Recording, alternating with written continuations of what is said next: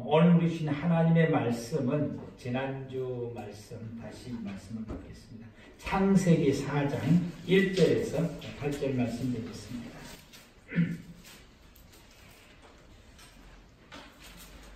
오늘은 우리 말씀을 함께 합독하도록 하시겠습니다. 다 같이 말씀 합독하며 말씀 받겠습니다.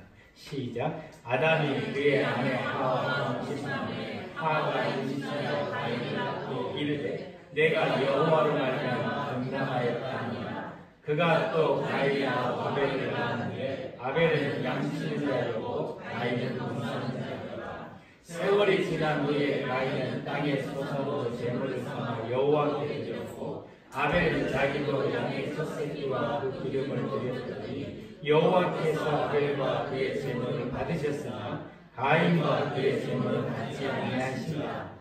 가인이 몹시 분하여 안색이 변하니 여호와께서 가인에게 이르시되 내가 분하면 어찌되느냐 안색이 변하면 어찌되느냐 내가 선을 행하면 어찌 낯을 들지 못하겠느냐 선을 행하지 않으면 죄가 문에 엎드려져 있느니라. 죄가 너를 원하나 너는 죄를 다스릴지니라. 가인이 그의 아우 아벨에게 말하고 그들이 들에 있을 때에 가인이 그의 아우 아벨을 써주시니라. 아멘. 에덴 동산 안에서 이 아담화가 하나님 앞에 예배를 드릴 때는 가죽옷이 필요가 없습니다. 만약 그것이 필요했다면 하나님께서 입히셨겠죠. 가죽옷이 필요치 않다라고 하는 뿐만 아니라 다른 그 어떤 옷도 필요치 않다라고. 그래서 하나님께서 그들에게 옷을 입히지를 않는 것입니다. 옷을 입는다라고 하는 것은 자신의 그 벗은 몸에 부끄러움과 수치를 느끼기 때문에 그것을 가리기 위해서 입는 것입니다. 그것은 우리에게 뭘 말씀하시느냐? 에덴 동산 안에 있는 아담 하와가 아직 죄를 짓지 않고 하나님으로부터서 지음을 받았던 본래 그 모습을 그대로 간직하고 있기 때문에 옷이 필요가 없다라고 하는 것입니다. 그런데 3장에 와서 선악과를 먹음으로 통해서 눈이 밝아지게 되었고 자신들의 벗었음에 대해서 알게 되고 그것으로 인해서 하나님 앞에 나갈 수가 없습니다.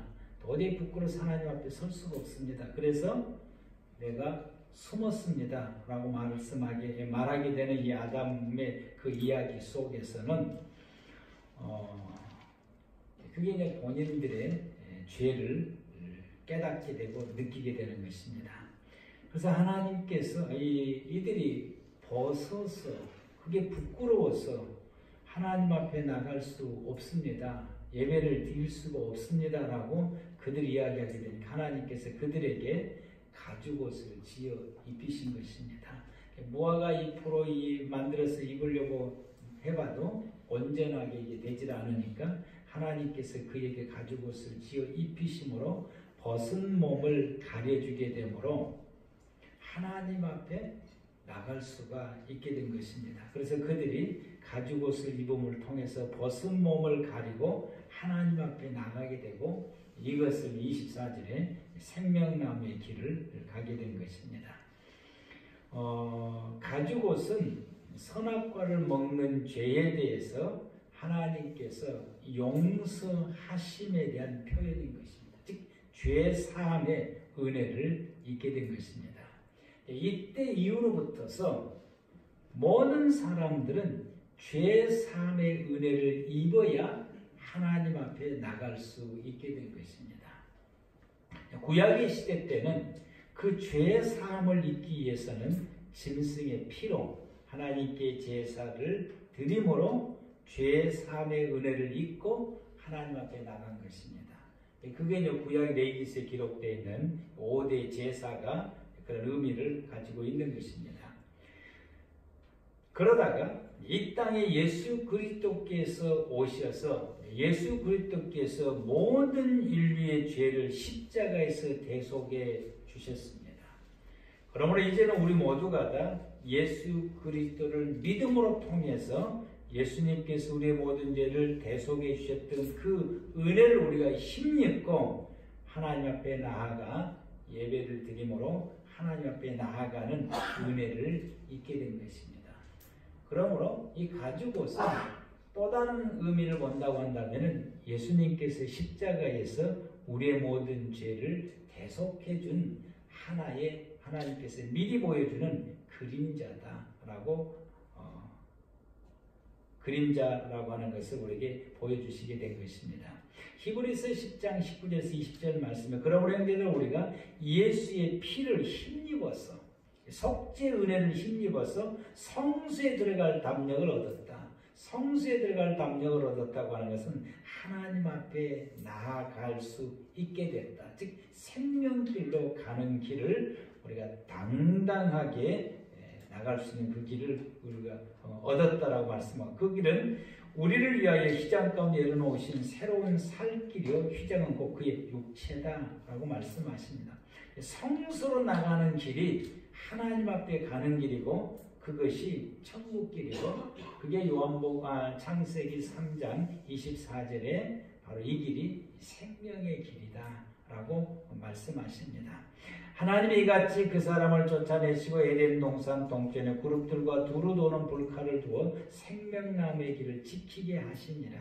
생명나무로 가는 이들은 하나님께서 보내신 그 그룹 천사들이 그들을 지키셨다라고 말씀하고 있습니다. 그래서 이 그룹들이 생명나무를 지킨다라고 하는 것은 지금까지는 우리가 이 생명나무의 길을 오지 못하도록 막으셨다라고 하는 것을 우리가 이해를 하고 있었어요. 근데 그게 아니라 잘 갈 수 있도록 우리를 지켜주기 생명나무의 길을 가고 있는 이 아담 하와가 잘 갈 수 있도록 하나님께서 지켜주시고 보호해주시고 가이드해주시고 인도해주신다라고 하는 말씀인 것입니다. 그걸 우리가 뭘로 보면 알 수 있느냐? 현재 우리의 신앙의 생활을 보면 알 수 있다라고 하는 것입니다. 우리가 하나님 앞에 잘 갈 수 있도록 하나님께서 우리를 지켜주시고 인도해주시고 보호해주신 것입니다. 이걸 신앙 용어로 뭐라고 말씀하냐면 성도를 견인한다라는 말씀, 견인이라고 하는 신앙 용어예요.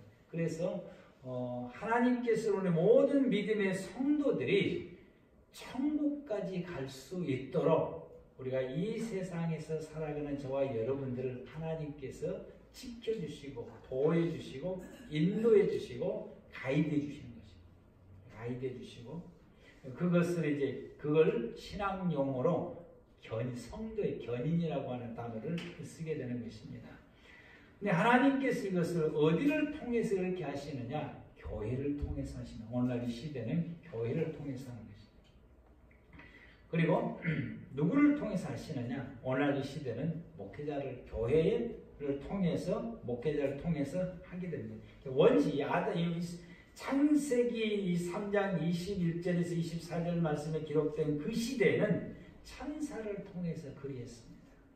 구약의 시대 때는 제사장과 선지자를 통해서 하나님께서 하나님의 백성들이 하나님 앞으로 나아갈 수 있도록 길을 열어주시고 또 가이드해 주시고 그들을 지키고 보호해 주시고 지도해 주시고 오늘날에는 교회를 통해서 그리고 목회자를 통해서 이와 같이 하십니다. 오늘날 모든 성도들이 생명나무의 길을 어떻게 갈 수 있느냐?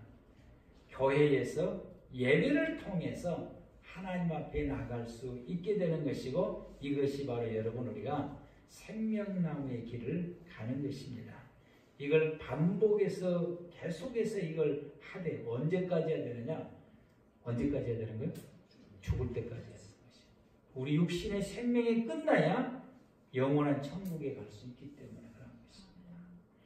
오늘 육신의 생명이 끝나는 그 순간에 마지막 생명길을 가서 하나님 앞에 가도록 하기 위한 것입니다. 그것을 가기 위해서 우리는 매주마다 모여서 생명길을 가는 것을 연습하게 되는 것이고 오늘도 연습하는 것이고 오늘도 그것을 실제로 해보는 것입니다. 이와 같이 천국까지 갈 수 있도록 교회를 통해서 성도들 그렇게 이끌어가고 지키고 보호해주고 돕습니다. 근데 그 일을 아담 시대 때는 천사가 거의 됐어요.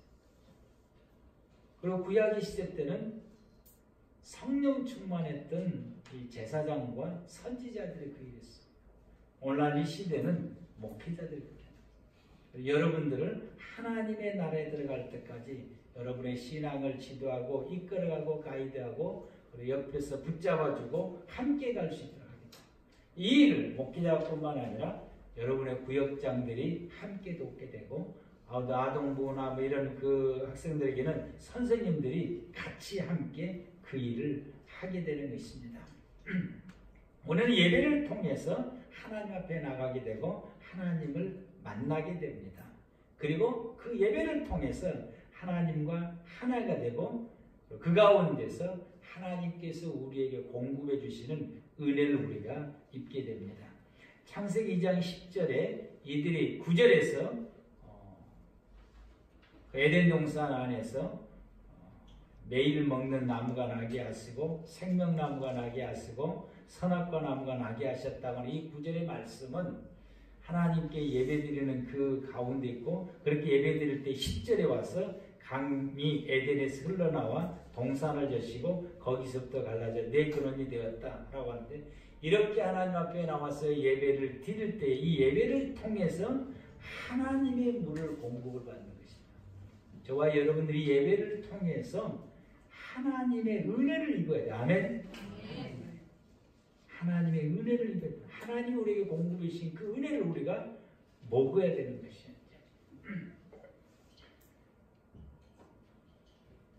이 말씀을 준비하면서 이 식물들이 물이 있어야 돼요. 동물들도 물이 있어야 되고 나이가 들어가고 이게 주름살이 적으려면은 물을 많이 드셔야 돼요. 주름이 자꾸 생기는 것은 물이 적기 때문에 그러합니다. 물이 적으니까 주름이 자꾸 생겨요.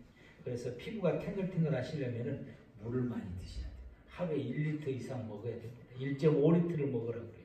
하루에 1.5리터를 먹어야 되는데 우리가 1.5리터를 거의 대부분 못 먹습니다. 물을 많이 드시길 바라고요. 이 물이 하나님이 우리 몸도 물을 먹어야 되는 것이고 모든 동식물도 물을 식물도 물을 먹는데 이 식물이 잎이 필 때 물이 많이 필요하고 그 잎이 필 때보다 더 많이 물이 필요한 것이 꽃이 필 때예요. 꽃이 필 때가 물이 더 많이 공급이 되어야 되고 또 꽃이 피고 열매가 자랄 때도 물이 많이 피어요. 그런데 잎이 다 떨어져 겨울에도 물이 있어야 되더라고요. 화분을 길러볼 때 겨울에 많이 죽어요. 이제 왜 겨울에 많이 죽냐면 언다고 물을 안 줘. 언도 물을 줘야 돼. 언다고 물을 안 주니까 물이 없으니까 죽어버려요. 옥상에 있는 나무 하나가 물이 하나가 없어갖고 한 그루가 죽었습니다. 너무나 무성하게 잘 큰 나무가 죽어서 어저께 올라가서 보고는 마음이 아프다. 물이 없으면 죽어요. 잎이 다 떨어졌던 나무가 물을 머금고 있어야 돼요. 그러한 것처럼 하나님의 백성들이 생명을 유지하려면 하나님으로부터 오는 은혜의 물을 먹어야 돼요. 아멘. 시험이 들어도 이 물이 있어야 돼요. 그래야 영이 살아. 고난을 겪어도 이 물이 있어야 사는 것이다. 그래서 하나님이 우리에게 주시는 이 물은 첫째가 성령 충만하며 둘째가 말씀 충만함인 것입니다. 이 물이 우리 가운데 이제 임하게 돼 예배를 통해서 이 물을 먹게 되면은 가슴이 벅차고 평안함이 막 솟아오르고 기쁨이 솟아오르고 감사가 넘치고 왠지 모르게 그냥 좋아. 왠지 모르게 평안해. 왠지 모르게 행복해. 하나님의 물이 우리 가운데 임하게 되면은 이런 그 현상들이 나타나게 되는 것입니다. 이 은혜물이 우리 예배드리는 모든 성도 여러분들에게 차고 넘치기를 축복합니다. 가인과 아벨이 오늘 본문의 말씀 보니까 하나님 앞에 예배를 드리게 됩니다. 가인은 농사를 짓는 사람이기 때문에 자신의 소득물 중에서 구별해서 하나님 앞에 제물을 취해서 제물을 삼아 하나님 앞에 예배를 드리게 됩니다. 아벨도 역시 하나님께 예배를 드립니다. 그는 양을 기르는 그 짐승을 기르는 사람들이기 때문에 그 짐승 가운데 하나를 제물을 준비해서 하나님 앞에 제사를 드리게 됩니다. 그런데 4절 말씀을 붙어서 5절 말씀 가운데서 보면은 하나님께서 이들의 이 예배를 받으시는데 보게 되니까 4절 말씀 보면은 가인은 자기도 양의 첫 새끼와 그의 기름을 드렸더니 여호와께서 아벨과 그의 제물을 받으셨으나 가인과 그의 제물을 받지 아니하신지라 라고 말씀합니다. 이렇게 말씀이 기록되어 있는 것을 우리가 보게 됩니다. 하나님께서는 가인의 예배를 받지 않으시고 또 아벨의 예물은 받으셨다라고 하는데 하나님은 가인을 보시고 그 예물을 안 받으신 거예요. 하나님께서는 아벨을 보시고 그 예배를 받으시게 된 것입니다. 오늘 저와 여러분들이 이 시간에 예배를 드릴 때에 하나님께서는 여러분을 예배를 드릴 때 여러분을 보시고 예배를 받으실 수도 있고 안 받으실 수도 있다라고 하는 것입니다. 그러면 우리가 궁금해지는 거예요. 내 예배를 하나님이 받으실까? 오늘 우리가 하나님 앞에 예배를 드렸는데 오늘 하나님 앞에 우리가 마음을 다해서 하나님 앞에 이 바쁜 중에도 이 얘기를 참석해서 그리고 예배를 드렸는데 하나님께서 내가 드린 예배를 받으셨을까? 그동안에 예배를 드렸던 것도 받으셨을까? 그동안에 예배 드린 거 다 떠나서 오늘 지금 이 시간에 예배를 드린 이 예배를 하나님이 지금 받고 계실까? 다 마치고 난 다음에 받으셨을까? 안 받으셨을까? 거기에 대해서 여러분 궁금하지 않으십니까? 그런데 받으시고 안 받으시고는 가인에게 하나님께서 말씀하신 것을 보면 우리가 그걸 판단할 수가 있습니다. 하나님께서는 가인을 보시고 그 예물을 받지 않으셨어요. 가인이 그 예배를 드리고 난 다음에 몹시 분하고 분노가 찼다. 분하고 그리고 얼굴색이 이제 변하게 되죠. 화가 나가지고 울그락불그락하고 속에서 이제. 그런데 아벨의 예배를 봤을 때는 아벨의 모습에 대해서는 전혀 이제 언급이 없습니다. 여러분이가 예배를 다 드리고 나면 왠지 모르게 내 마음에 알 수 없는 그 은혜가 가득하고 평안함으로 가득하고 기쁨이 가득하고 예배를 드리고 나면은 행복함이 가득하고 이게 너무 좋고 너무 행복해요. 하나님이 나의 예배를 받으셨다고 하는 징표입니다. 그 예배를 드리는데 괜히 속에서 막 이렇게 화가 올라왔지. 기분이 별로 안 좋고 분노가 올라오고 가인의 예배가 그렇습니다. 예배를 드리고 나니까 막 속에서 막 끌어오르는 거예요. 하나님이 내게 예배를 받으시지 않으셨다고 하는 것은 예배 드리고 나면은 분노가 오르는 거죠. 신경질 나고 화가 나고 누구를 향해서 하나님을 향해서 또 예배를 인도하시는 그 말씀을 듣는데 그 말씀이 나에게 딱 걸려있지. 그러면 그때부터서 이제 안 좋게 보여 목사님이 이제.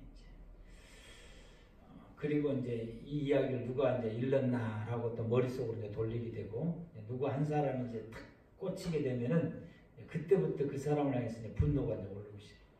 이것은 가인의 모습입니다. 예배를 안 받으시는 이 모습을 봅니다. 그래서 가인의 안색을 변하게 돼요. 분노하게 돼요. 원망이 그 마음속에 차게 돼요. 아벨에 대한 질투가 오게 됩니다. 하나님과 이 아벨에 대한 분노와 원망이 이제 오게 되는 것이죠. 이게 이제 가인의 예배인 것입니다. 이 예배를 드렸는데 우리 속에 이런 현상이 나타난다. 내가 지금 가인의 예배를 드리고 있었구나 라고 하는 것을 깨닫는 저와 여러분들 되기를 바랍니다. 만약에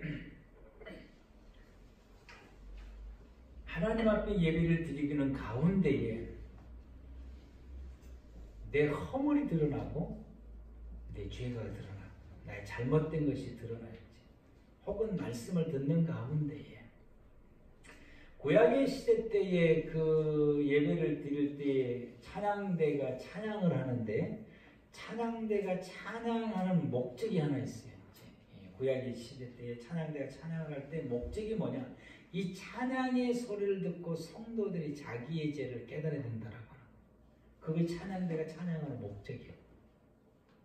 찬양대에서 찬양을 쭉 하면은 성도들이 그 찬양을 쫙 들을 때에 지난주 화요일 날 내가 뭘 잘못했는데 라고 하는 것이 자기가 잘못한 것에 죄의 대가 깨달아져야 되는 거죠. 오늘 우리 일요일 찬양대들이 찬양을 하셨는데 좋다, 은혜가 있다, 이건 여러분이 느끼셨지만은 그 찬양을 들으면서 맞아, 내가 지난번에 문제를 지었지라고 깨달으신 분들이 있으십니까? 찬양대 목적이 거기가 있는 거예요. 또 하나님의 말씀을 들을 때 그 말씀에 내게 탁 부딪혀서 이런 그 죄가 내 허물이 드러나게 되는데, 그런데 그 죄에 대해서, 그 잘못된 거에 대해서 지난주 한 주간에 아무개 집사하고 거기에 대해서 이야기를 했더니 이번 주에 또 목사님의 그 설교가 나왔다. 그러면 이렇게 되어지게 됐을 때에 성도들은 반응이 이제 두 가지로 나타나요. 두 가지로. 그런데 이렇게 되어졌을 때에 어쩌면 우리 하나님께서 내 허물을 그렇게 잘 아시고 성가대 찬양을 통해서 성령으로 내게 감동하사 나의 모든 죄를 알게 하시고, 내가 오늘 성가대 찬양을 들었는데 그 죄를 전혀 생각이 안 났더니 오늘 설교를 통해서 목사님께서 그 설교를 통해서 나의 죄와 허물을 깨우쳐 주셔서 너무 감사하다. 그래서 설교를 마칠 때까지 그 죄에 대해서 하나님 앞에 죄송합니다, 잘못했습니다, 회개합니다 라고 하면서 마지막 예배를 드리고 있다라고 한다면 이번의 예배는 아벨의 예배인 것입니다. 이게 우리가 예배를 드리는 정상적인 모습인 것입니다. 그런데 탁 듣고 마음속에 이 죄가 탁 깨달아지게 되고, 이것을 지난주에 내가 누구하고 이야기했더니 이걸 목사님한테 일렀고 그 목사님이 오늘 설교를 통해서 나를 치네? 함과 동시에 내 마음속에서 화가 올라오고, 그리고 그 사람을 내가 찝었던 그 사람에 대해서 아주 그냥 화가 올라오고 분노가 올라오고, 그때부터서 이제 예배가 예배를 드린지 어쩐지 그 다음부터 설교가 들리지 않냐고 이 속에서 이 분노가 이렇게 차고, 속이 그것뿐만 아니라 내 얼굴 색이 이제 변하기 시작하게 돼요. 이게 여러분 가인의 예배라고 하는 사실이에요. 이 모습이 가인의 예배. 여러분 베드로의 설교를 들었던 그 사도행전 2장인 베드로의 설교를 들었던 사람들이 우리가 어찌하면 되겠나, 어찌하면 살겠냐, 어떻게 하면 되냐고 사도들에게 물었던 그들처럼, 그래서 회개하라. 근데 그들이 회개하고 예수 이름으로 세례를 받아서 죄 사함을 잊게 되는 이 모습, 이게 여러분 아벨의 제사의 모습인 것입니다. 근데 스데반의 설교를 들었던 그 유대 백성들이 이를 갈았다고 그랬어요. 왜 스데반 설교를 듣고 이를 가냐? 자기들의 죄가 설교를 들으면 정당하게 드러나게 되고, 그것은 외부로 드러나는 것이 아니라 본인 속에서 막 이 죄가 드러나게 되니까 이게 견디지를 못하는 거예요. 그래서 그런 나의 죄를 영적으로 들추어내는 이 스데반에 대해서 이를 갖게 된 것입니다. 여러분, 우리가 말씀을 듣는 가운데서 죄가 깨달아지게 되는 것은 여기 앉는 우리 주변에서 아무도 몰라요. 본인 속에서만 드러나고 나타나는 것입니다. 근데 그렇게 드러나고 나타났을 때에 우리가 어떻게 해야 되느냐? 하나님 앞에 죄야 알게 하시니 감사합니다, 회개합니다 라고 그 죄를 고백하고 회개하고, 하나님의 나로 하여금 알게 해주신 것에 대해서 회개할 수 있는 기회를 준 것에 대해서 감사하게 생각하고, 그리고 회개하는 이런 아벨의 예배를 드릴 수 있는 저와 여러분들 되기를 바랍니다. 그런데 가인처럼 하게 되게 되면은 그건 이제 안 되지. 그래서 이 두 가지 이 현상이 이제 나타나게 되는데, 여러분들은 이 예배를 드리는 가운데 또 말씀을 받을 때 이렇게 죄를 깨달아졌을 때 여러분에게는 가인의 반응이 나타나십니까? 아벨의 반응이 나타나십니까? 이 가인의 반응이 나타나는 사람은 나중에는 어디까지 가냐면 어떻게 하든지 우리 교회 목사님을 쫓아낼 연구까지 하는 거예요. 제가 예전에 봤던 그 예화의 한 편이 있는데, 여러분 앞에도 한 적도 있을 것 같아요. 이제 미국에서 깊은 산 속에서 벌목을 하고 살아가는 사람들이 있었어요. 벌목을 열심히 하니까 돈이 많이 벌린 거지. 또 사람들이 또 모여들게 마을이 형성되고 사람들이 모이게 되고 또 돈이 벌려지게 되니까 야, 우리도 하나님 앞에서 문화생활도 하자. 문화생활을 하고자 하는 그 위해서 그들이 한 것이 예배당을 세운 거예요. 예배당을 세워서 목사님을 모시고 그리고 이제 주일날이면 이제 다 꼭 같이 있고 예배당에 모여서 하나님께 예배드리고 그러면서 우리도 이제는 사람답게 산다라고 하는 자의부심을 갖고 그렇게 예배를 드리는 생활을 하게 되는데, 목사님이 이제 성도들이 어떻게 사는가 보고 이제 둘러보게 되는데 보니까 뗏목을 물에다가 이제 강에다가 이제 띄워서 하는데 그 뗏목을 딱 자르면은 이게 누구 것인지를 잘 모르니까 자기 것에 대해서 표시하기 위해서 이 나무에다가 이 도장을 탁 파서 찍는 거예요. 이제 그러면은 이거 하루까지 가서 그 나무를 고를 때 그거 보고 이제 누구 거 이제 고르게 되는데, 위에 것들의 나무가 이제 흘러내려오는 거예요. 저 우쪽에서 벌목하는 사람들이 흘러내려오는데 흘러내려오는 것을 딱 잡아가지고 그 도장을 딱 찍히는 그 부분을 탁 잘라버리고 자기 도장을 딱 찍어서 내려버리게 된 것이지. 그랬더니 그 다음 주에 그 모습을 목사님이 보시고 도둑질하지 말라고 설교를 했어요. 은혜 받다고 감사하다고 다 돌아갔어요. 목사님이 이제는 안 하겠구나. 그 다음 주간에 또 돌아보니까 여전히 그렇게 하는 거지. 그래서 이제 그 다음 주일날 설교도 또다시 이 설교를 똑같이 도둑질하지 말 제목으로 설교를 몇 주간 했어요. 설교 딱 은혜 받더라고요. 계속 변하지 않는 거지. 그랬더니 그 다음에 이제 설교를 어떻게 하냐. 내 이웃의 통나무에 내 도장을 찍지 말라는 소리를 한 거예요. 그랬더니 그 예배를 마치고 난 다음에 성도들끼리 모였어요. 회의를 했어요. 결론이 뭐냐면 우리 목사님 나가시게 하자. 이런 결론이 나타나. 우리 목사님 나가시게 하자. 왜? 자기들의 죄를 지적했다는 거예요. 이게 그동안에 이분들은 어떤 예배를 드린 거예요? 가인의 예배를 드린 이렇게 예배를 드리며 생활해 왔던 이 모습들. 우리가 이 코로나 때문에 사람들의 마음 속에 원망과 분노와 적개심들이 있어요. 이제 중국을 이게 진원지가 중국이니까 중국을 이제 원망하고 중국 사람 내 앞에 있으면 꿀밤 확 주고 싶은 생각이 들 정도로 우리의 마음 속에 이런 정서가 있어요. 왜? 그들 때문에 그렇게 되니까. 또 더 나아가서 이제 신천지 사람들로 인해서 우리나라가 갑자기 이렇게 확 퍼지게 되어서 또 그것으로 인해서 교회까지 이제 욕을 먹고 있는 이런 모습을 볼 때 신천지 사람들만 보면 그냥 어떻게 좀 해보고 싶은 그런 마음들이 우리 마음속에 이제 들기도 합니다. 이 마음이 이제 드는 것이 어쩔 수가 없는데, 그런데 우리가 이제 이 다른 시각에서 우리가 살펴볼 때 이렇게 되어진 것에 대해서 하나님 안에서 그 뜻이 어디가 있을까? 이렇게 되어진 것에 대해서 우리의 허물과 나의 잘못은 무엇일까? 라고 하는 걸 뒤돌아보고 그리고 자기를 반성하고 돌아설 수 있는 그런 믿음의 모습을 세야 되는 것입니다. 이브리 백성들이 이 6월절 때 예루살렘으로 올라가면은 예루살렘이 점점 가까이 오면은 사람의 인원이 많아지게 되니까 길은 좁아요. 이제.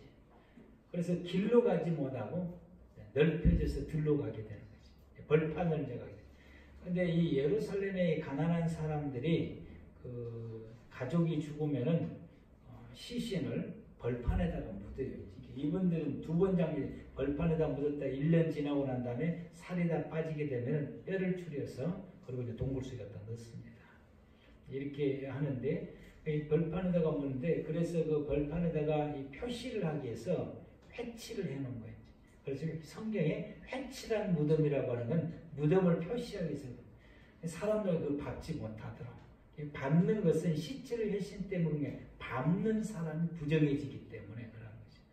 그래서 이 가다가 보통 이분들은 저녁으로 이동을 하는 거예요. 낮이 덥기 때문에 저녁으로 이동하는 저녁에 이동하다가 이 회치라는 무덤에 회치를 분발을 잘 못하고 가다가 보면은 발이 푹 빠지게 되는 거예요. 그건 이제 무덤을 받게 된 것입니다. 그러면은 6월절을 지키러 왔는데 예루살렘 다 와서 자기 자신이 부정해지게 되니까 6월절을 지킬 수 없는 사람이 되는 거예요. 이렇게 되면 모든 사람들이 그렇게 한 사람에 대해서 순간적으로 원망하고 불평하고 화를 내기도 하고 그런데 이분들은 그렇지 않더라고. 우리는 그렇게 하는 것인데 이분들은 어쩌냐? 하나님이 내게 죄가 있는 것을 보시고 이것으로 통해서 내 죄를 회개하라고 나로 하여금 이 부정한 것을 밝혀서 나를 부정한 자가 되게 했구나. 그래서 그 한 주간 동안에 예루살렘에 도착해서 자기의 죄를 찾고 늘 뒤돌아보면 자기 죄를 찾고 하나님 앞에 회개하고 난 다음에 제사장을 찾아가서 정결의 물로 뿌림을 받아서 정결해지게 되고 그리고 하나님 앞에 유월절을 지키게 되는 것입니다. 우리는 이와 같은 자세가 우리에게 필요하다라고 하는 것입니다. 어떤 일로 인해서 자기 자신의 죄가 드러나게 되고 어떤 일로 인해서 고난을 겪게 되고 생각지 못한 어려움을 겪게 됐을 때에 이 부분에 대해서 누구를 향해서 분노하고 안색이 변하고 원망하고 불평함이 아니라 왜 이렇게 됐을까? 내 허물이 뭘까? 내 부족함이 뭘까? 내가 돌이킬 것이 뭘까? 원인을 자기에서 찾아서 하나님 앞에 회개하고 돌아서고 그리고 한 걸음 더 나가서 함께 어려움 중에 있는 사람을 위해서 기도하고 함께 어려움 중에 있는 사람을 내가 돕고 섬기고 협력해 나가는 이 모습이 가인이 예배드리는 모습인 것입니다. 이렇게 생각하고 이렇게 생활해가는 가인을 보시고 그가 드린 예배를 받으셨다고 말씀하십니다. 우리가 일주일 동안 생활을 이런 모습으로 살아가면서 이 자리에 모여서 하나님 앞에 예배를 드릴 때 하나님 우리에게 예배를 받으시고 우리에게 은혜를 부어주시고 우리로 하여금 천국길을 갈 수 있도록 이끌어주시고 인도하신다라고 하는 말씀인 것입니다. 우리는 늘 하나님 앞에 예배를 드리는 자가 되기를 축복합니다. 아벨은 그 자신이 항상 하나님 앞에 예배를 드릴 수 있게 되고 그리고 그 자신을 늘 뒤돌아보면서 하나님 앞에 예배를 드리는데 부족함이 없는 자기 자신을 갖고 가서 정결하게 하고 성결하게 하고 거룩하게 했다라고 하는 것입니다.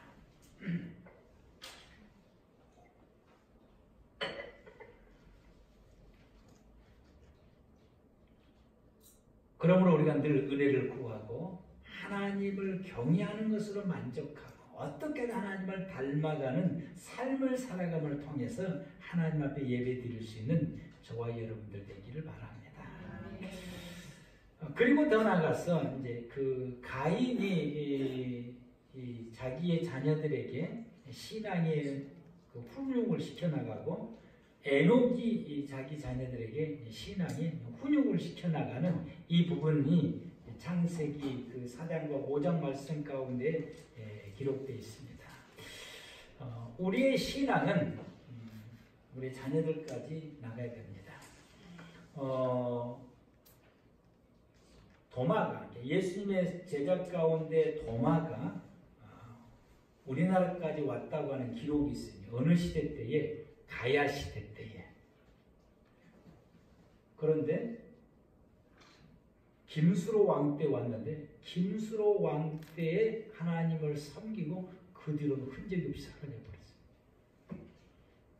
그리고 같은 사도들이 이 유럽 쪽으로 흘러갔던, 서방계 쪽으로 흘러갔던 그 사도들은 지금까지 그 교회가 남았어요. 그래서 전 세계 기독교는 서방교의 그 전통을 이어오게 되고, 뭐 인도 가서 복음을 전했던 도마, 아프리카에 가서 복음을 전했던 사도들, 기타의 모든 사도들이 다 복음을 전했는데 그쪽의 신앙들은 전수된 것이 없어요. 이제 노마 서방 쪽에 가서 그 복음을 전했던 그 신앙이 지금까지 전 세계를 전수해 왔어요. 왜 그러느냐? 2세를 길러내지 못해서, 다음 세대를 길러내지 못하고. 이 말씀에 대해서는 다음 주에 우리가 말씀을 받도록 하겠습니다. 오늘 이 시간 저와 여러분들이 하나님 앞에 예배를 드릴 때 나는 어떤 예배자냐? 나는 하나님 앞에 나아가기 위해서 가죽 옷을 입으려고 힘쓰고 있는가? 나는 하나님의 책망의 말씀을 받고 내 죄가 드러났을 때에 나는 회개하고 돌이킨지 아니면 분노하는지, 나는 하나님을 닮아가려고 노력하고 있는지, 나는 예배를 드림으로 통해서 더 하나님 앞에 가까이 나가고 하나님과 함께 동행하며 살아가고 그분 안에서 살기를 우리가 힘쓰고 있는지, 이게 이루어지는 것이 아벨의 예배고 이거 이루어지지 않는 것이 가인의 예배인 것입니다. 저와 여러분들은 아벨의 예배를 드리는 저와 여러분들 되기를 바랍니다. 아벨의 예배를 드리는 사람이 생명길을 가는 자이고 마지막에 천국까지 갈 수가 있습니다. 기도하겠습니다.